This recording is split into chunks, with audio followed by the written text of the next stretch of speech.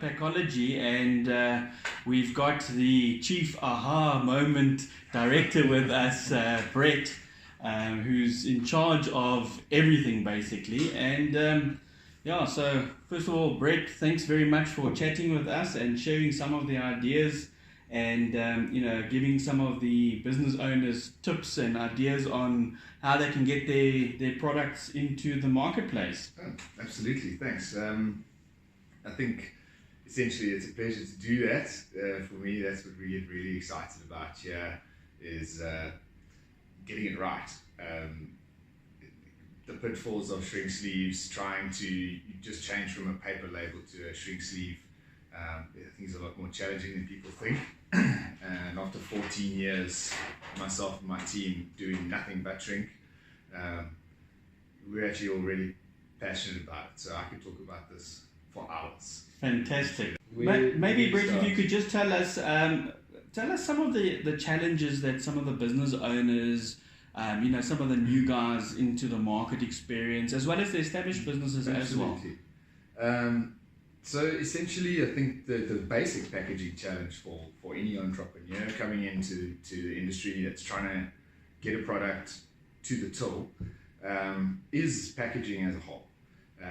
Obviously, what we do is a small facet of it, but as packaging technologists here, we understand how all of the interplay should be aligned to actually get a quality product out.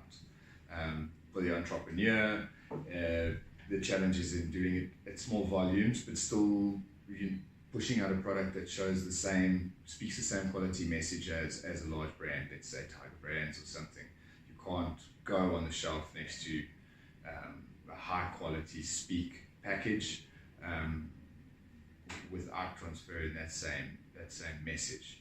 And so for the small to medium entrepreneur, even for the larger man, launching a new product, perhaps way out from the usual range, the first challenge is achieving it at an economical rate. What is too small to be able to do it affordably?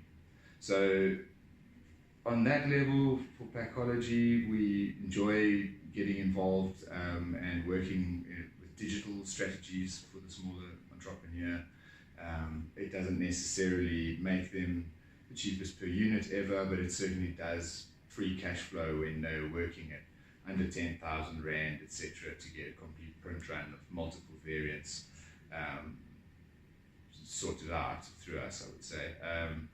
With regards to multiple variants, Brent, what exactly does that mean? Does that mean that they can have different designs, or how does that work? So a variant essentially is, to grab a sample here, let's imagine we're doing a square shaker shape for someone. They're going to launch a range of spices. All of these spices or whatever product are all going into the same container. They're just going to be decorated differently. So this particular specification, sleeve, size, the film, etc., is all going to be identical. All that's going to be changing is what is printed on the shape of the sleeve. So then we're talking about the variations within this particular line. How many SKUs of this line are you going to be doing labels for? Then we consider it as one because all of our setups are absorbed within a single run, even though we're pushing out different colors. So when we're printing digitally, there's no plate cost. There's no once-off large lump sum, but the unit costs are that much higher. So for instance, if this sleeve was to be printed analog, in the sort of analog formats that are available, they would be looking at 7 colors, minimum 1,000 Rand a plate, sometimes up to 1,250. So that's nearly 8,000 Rand spent and not a single sleeve made. But for the same price at 7,000 Rand, they could have 100 of each, 7 complete different designs, but they would all go in this container. So that's a single size, multiple variant. Okay. And tell me, what is the minimum run that you guys can do for the smaller guys? Well, we're talking printed now. So essentially, the only way to quote fairly and economically is we've developed with various people we collaborate with in the industry set minimum rand amounts. Then dependent on the size, because that's now going to govern, we've calculated as to how many meters we're going to use to set up and run through a press, to set up and convert all of our various setup spots. And set for this target rand value, that is the absolute least that everybody in the chain can switch on for. And it's worth their while. So if you were buying a sleeve that size for a rand value, you might get 3,000 of them. If you were running a sleeve this size to fit onto this little tub, if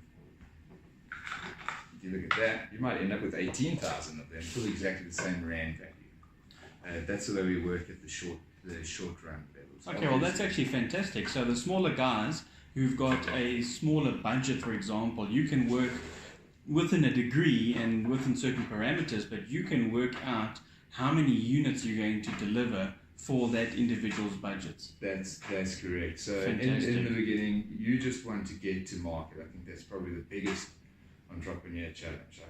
I've got an appointment at Pick and Pay, the buyer's willing to talk to me, and I'm only going there with papers and photos and 3D renders and this amazing vision that I have to share. They're not that interested. They want to see the product. How is that label going to look? Is it something they want to associate with their brand? How does it feel? So packaging is very much about the look and the feel. And if you're going to go to production before you start listing, you're taking big risks, so you're not. So in the old sense of the word, maybe 15 years ago, you would have so much faith in your product that you would launch into a 200,000 label run, a 200,000 production and filling run, and without paying those costs, you would never be able to get to the buyer. This sort of format allows you, yes, to test the market if the volumes are right, but if it doesn't look economically viable in terms of production, it is also there as an R&D and to market presentation. So it's a marketing cost. As soon as we're pushing to numbers of 10,000 units, depending on size, something this small, I'd say maybe 30,000 units, just because we're going to make that many anyway. Then the economies of scale really start kicking in, and we would be exploring whether the number of variants you have justify staying at digital because you can change your design every single time you print, or whether it now justifies the saving of the analog printing process per unit, now justifies you making that investment in all of these plates. Okay, so Brett, just correct me if I'm wrong. So that means for a new entrepreneur who's trying to take a product to market, whether it be chili paste or spices or whatever he's come up with. Things we've seen. Yes, exactly. I'm sure, yes. With one taking to market, what you're saying is for a relatively small investment, yes, they can get a low number, and that number of units will depend entirely on the budget and the sizing and all of those things. That's right. But for a relatively small investment of 5 or 10,000 rand or whatever the figure is, they'll at least have products that they can market, they can take to buyers, they can show them to buyers, and they'll have enough for a small retailer to actually take a few products on board and do a test run. And then based on the outcome of the test, then they can really scale up, and then they can do 10,000 run, 20,000 run, whatever their requirements are. Exactly